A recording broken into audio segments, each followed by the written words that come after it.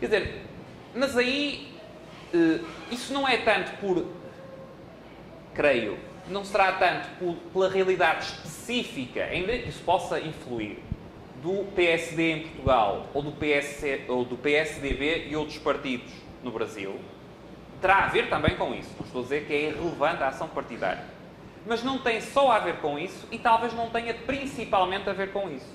Talvez tenha essencialmente a ver com o facto de que aquele é o discurso que, mesmo quem o esteja pronunciando não acredite no que está dizendo, se quiser ter hipótese de ser eleito, é o discurso que tem que reproduzir.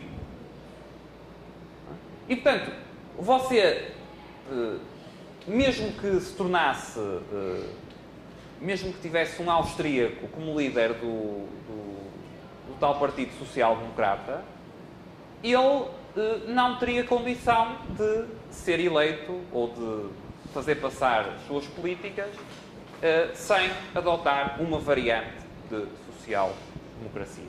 Não estou dizendo que a ação, isso deixarei também para as sessões seguintes, que a ação política é irrelevante.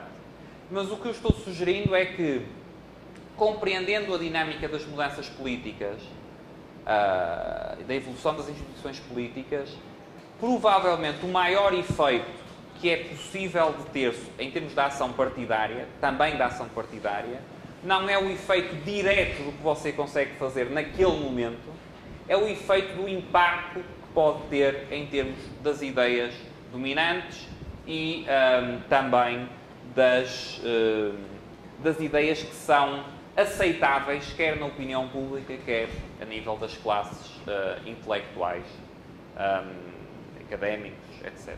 Okay. E pensar que, seja por via da ação política partidária, seja por via revolucionária, você magicamente muda isto, provavelmente é irrealista. Não é?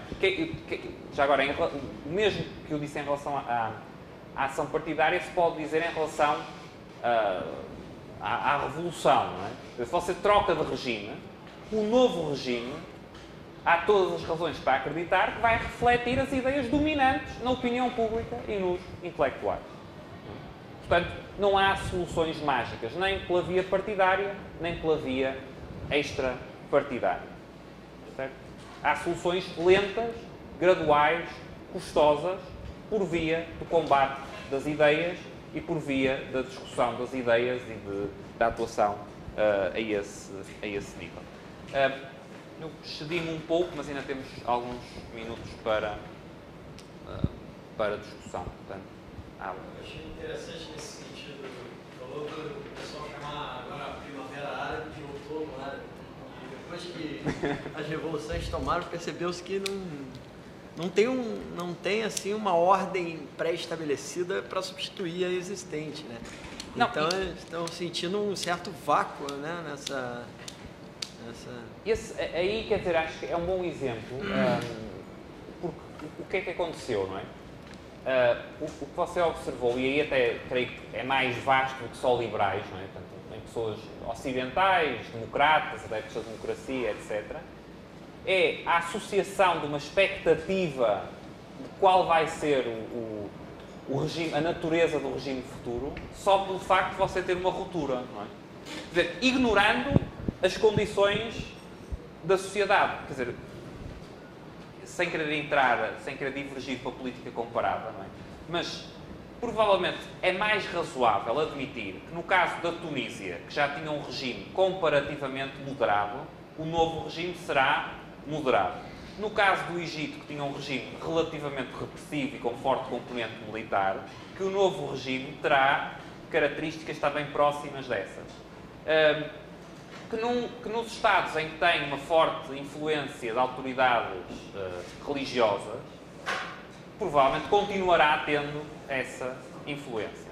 Não é? Um outro, talvez, exemplo ainda mais radical, e aí creio que levou até, felizmente, ou tem sido uma boa base para alterar concepções de muita gente, foi o caso do Afeganistão. Não é? O achar que você ia chegar no Afeganistão, invadia o país, distribuía uns panfletos e estabelecia um regime democrático ocidental num país que está vivendo num sistema de clãs tribais muito antes até do Islão, não é? Portanto, há milhares de anos. Não é? Portanto, mas é um pouco... Repare, agora para relacionar isso com aspectos anteriores, o que é que está por trás disso? Mais uma vez, o racionalismo construtivista. Ou seja, você achar que chega na Tunísia, chega no Egito, chega no Afeganistão, chega na Líbia, você chega na Líbia, tira o Gaddafi, não é? E tudo o resto, portanto, e a Líbia torna-se uma segunda versão da Suíça, não é? Quer dizer, é um pouco mais complicado que isso. É um pouco mais complicado para isso, para democratas, para liberais, para austríacos, para... Portanto, quer dizer, você chega nos Estados Unidos, tira o Obama, ou você chega no Brasil, tem um novo presidente, ou tem um novo partido... Quer dizer, não é só por aí. Quer dizer, pode haver circunstâncias específicas em que isso faça alguma diferença. Mas a diferença que fará não será tanto pela política A ou B aplicada num determinado momento, será pelo que muda em termos do tabuleiro, não é? Quer dizer, aquilo que você torna o mainstream, que você torna aceitável. Não é? E isso pode ser feito também por ação partidária. Não estou dizendo que não pode ser feito por ação partidária. Também é. Agora, mas não é a ação partidária enquanto efeito direto. Como não é a ruptura revolucionária enquanto efeito direto. Quer dizer, a Revolução Americana deu uma coisa, a Revolução Francesa deu algo diferente. Foram as duas rupturas, foram as duas, tiveram as duas componentes militar. O que é que foi diferente? As ideias. Não é? Portanto, as ideias que estavam num caso, as ideias que estavam no outro. Claro, foi diferente também as instituições, os atores, tudo isso. Mas, essencialmente, as ideias. E daí que, agora voltando à questão dos liberais, liberais que... Uma coisa também que é paradoxal é que muitos liberais que são extremamente céticos em relação ao Estado depositam grandes esperanças na política, não é? Portanto, que é uma coisa, se você pensar nisso, paradoxal, não é? Portanto, ou seja, o cara que acha que o Estado quer dizer, é uma coisa problemática por muitas razões e depois muitas vezes é quem tem um grande empenho em termos políticos, não é? Quer dizer, você vê isso mesmo agora no caso dos Estados Unidos num fenómeno muito interessante e que sigo com atenção e aprecio, no fenómeno do Ron Paul, não é? Acho que é muito interessante em termos de motivação, acho que é muito interessante em termos do fenómeno político. Agora, não tenho dúvidas que o efeito principal há de ser em termos de difusão de ideias. Ou seja, não vai ser de... O efeito não é da probabilidade de ele ganhar a próxima eleição e, ganhando a próxima eleição, acabar com o FED. Mas já discutir o sistema monetário e a natureza do FED e a natureza da política monetária, isso é muito relevante, isso é extremamente relevante. E por via, neste caso da campanha, chega a muita gente, a muitos milhões de pessoas neste caso, que de outra forma não chegaria. Mas é essa ação que, a meu ver, é fundamental. Não é a ação de... não é estar a ver se ele no colégio eleitoral vai ter 10 votos, ou 20 votos, ou 0 votos, ou se vai conseguir a maioria no colégio eleitoral para ser eleito o próximo presidente dos Estados Unidos. Okay? Portanto, são coisas diferentes. E quem deposita, quer dizer, eu diria só para